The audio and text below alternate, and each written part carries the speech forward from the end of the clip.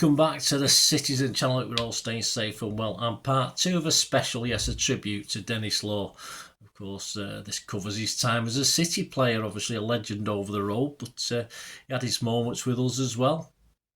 So this is a little tribute for the blue element of a Reds legend. Please make sure you've watched part one, guys. We picked the story up as Denis's big money move to Torino in Italy from City didn't quite work out as he planned. He was unable to settle in Italy, although we did say in part one that he had been warned about this, but he thought it was just sour grapes from the City management. But obviously financially improved because he got a hell of a lot of money for going over there. He returned to Manchester, seemingly now Matt Busby, who didn't have a role for him initially when he went to City, now had one. And he set on becoming a Reds legend over the next 11 seasons. Until Law was, of course, given a free transfer, and it was a bit of a shock to him by Tommy Docherty, the then United manager, in the summer of 1973. So it came totally out of the blue for Denis, and he was on the verge of retiring until, he was offered a contract by Manchester City manager Johnny Hart. Hart had spoke and cornered Denis at the football writers' dinner before the 1972-73 FA Cup final and asked if he fancied coming to City next season. Apparently Denis shrugged and said, yeah. This time he felt more comfortable at City. He didn't really settle that first time. It was a bit of a culture shock for him from coming from Huddersfield. But of course, it was a struggling team. And this time he'd left a struggling United. City weren't high flying themselves, but they were certainly doing better than United. And of course, he left Tommy Docherty's United, who was struggling. And he signed for City on the 2nd of July 1973. There's a squad line up there for 73-74 season with Denis free from the left on the middle row. Got some images of Denis in action pre-season in a Charity Shield defeat to Burnley at Main Road. I was at that one as keeper Stevenson denies him, and also at Boundary Park versus Oldham. I think it was at that one as well. The ball whistles wide. I used to go to watch Oldham when City were too far away to go and watch them. And at Boundary Park against Oldham, the ball whistles wide to Denis's annoyance, but to the relief of ex-City keeper, now Oldham keeper Harry Dowd. So Harry Dowd's in that picture, though Denis did score on that day. He scored 2 goals on his second debut for City against Birmingham City in the opening game of the 73-74 season. We thought it was going to be a wonderful season when we won that one. A 3-1 win in front of 35,881 fans. We sort of forgive and forgot that he'd been a United legend. He was back scoring for us. It didn't matter anymore. Some more images there. Denis congratulated enthusiastically by Rodney Marsh on his first goal, and a flying Denis Law scores his second goal, and pictured celebrated with Colin Bell. City lineup that day: Corrigan, Buck, Donachie, Doyle, Booth, Oakes, Summerby, Bell, Law, Lee, Marsh, and the sub was Carradus. Quite a team. Only the excellent goalkeeper of Dave Latchford stopped Law from his first City hat-trick. Yes, he scored a couple of goals a few times, but he still hadn't scored a hat-trick for City, and he never would. The good start continued as City performed well, and Law was chuffed to be called back into the Scotland squad at the age of 33 after an absence whilst at a struggling United side. He helped Scotland qualify for the 74 World Cup finals, although his reward from Hart was to be benched for a couple of games. An injury stopped him playing in his own United testimonial against Ajax in early October at Old Trafford. He was also named in the programme City lineup to play in the Tony Dunn testimonial on the 24th of October against United, but he didn't feature again, and ironically didn't feature at Old Trafford on the 30th of October in the City League Cup second replay, a 4-0 win over Walsall. You at that one? I was. Though he did appear 8 days earlier in the Main Road replay.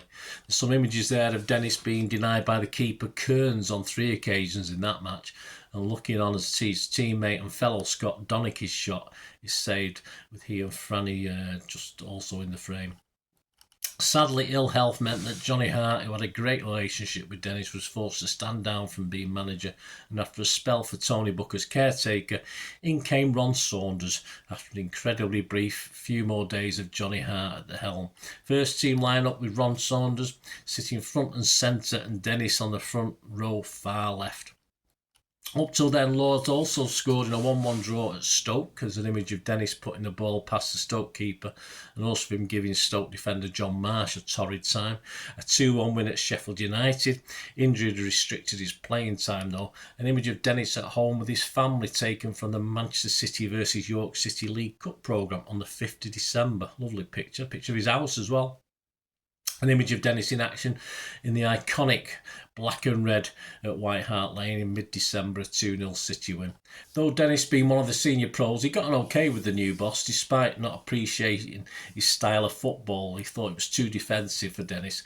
Saunders' style saw this City team begin to drop down the league table, though we had a good League Cup run.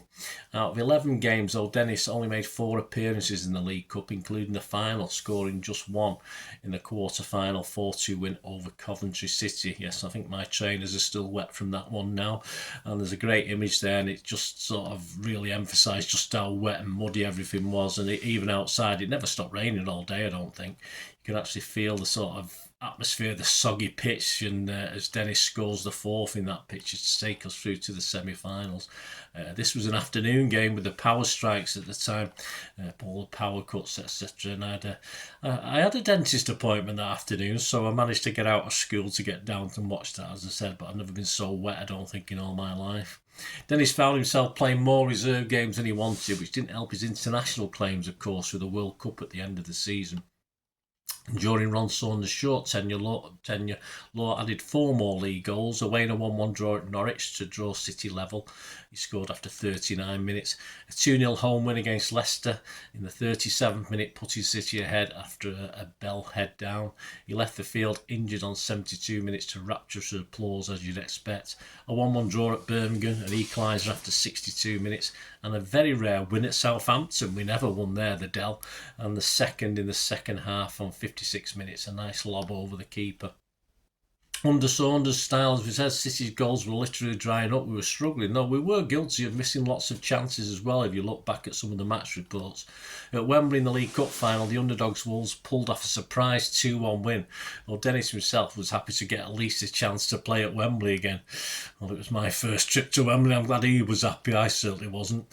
An image there of Denis pre-game, happy to be there in action with Tommy Booth and Francis Lee looking on, and in a swapped Wolves shirt, sharing his joy with Buzzer after the final whistle. As I said, I don't think I was laughing like that. Anyway, it was a shirt of Wolves legend Derek Dougan he had on. Law made an appearance in early March in a 1-0 defeat to Leeds. That was the week after the cup final, and was disappointed to miss a bad-tempered Main Road derby 4 days later that ended 0-0.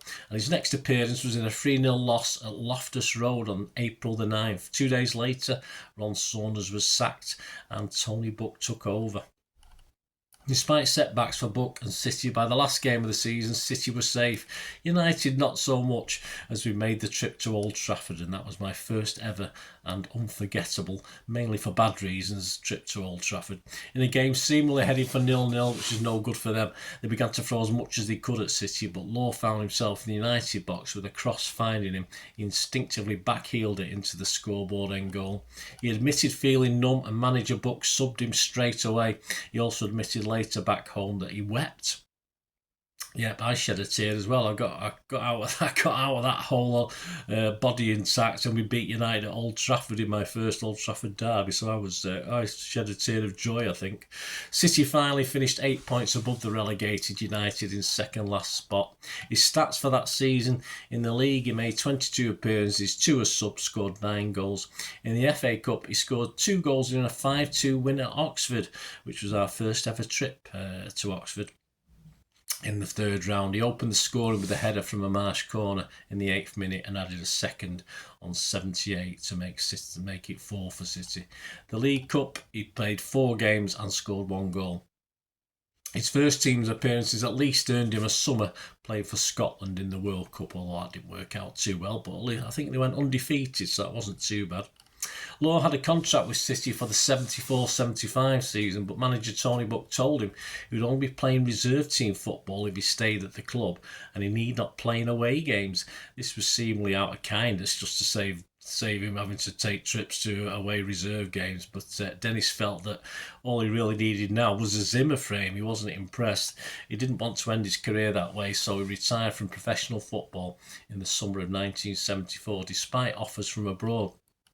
Before this decision, Law did, though, play in 2 games for City in the 1974-75 season in the pre-season Texaco Cup, scoring the last goal of his career in the game against Sheffield United at Bramall Lane on the 6th of August 1974, and his last professional game was a 2-1 victory against Oldham at Main Road. I was at that one as well on the 10th of August.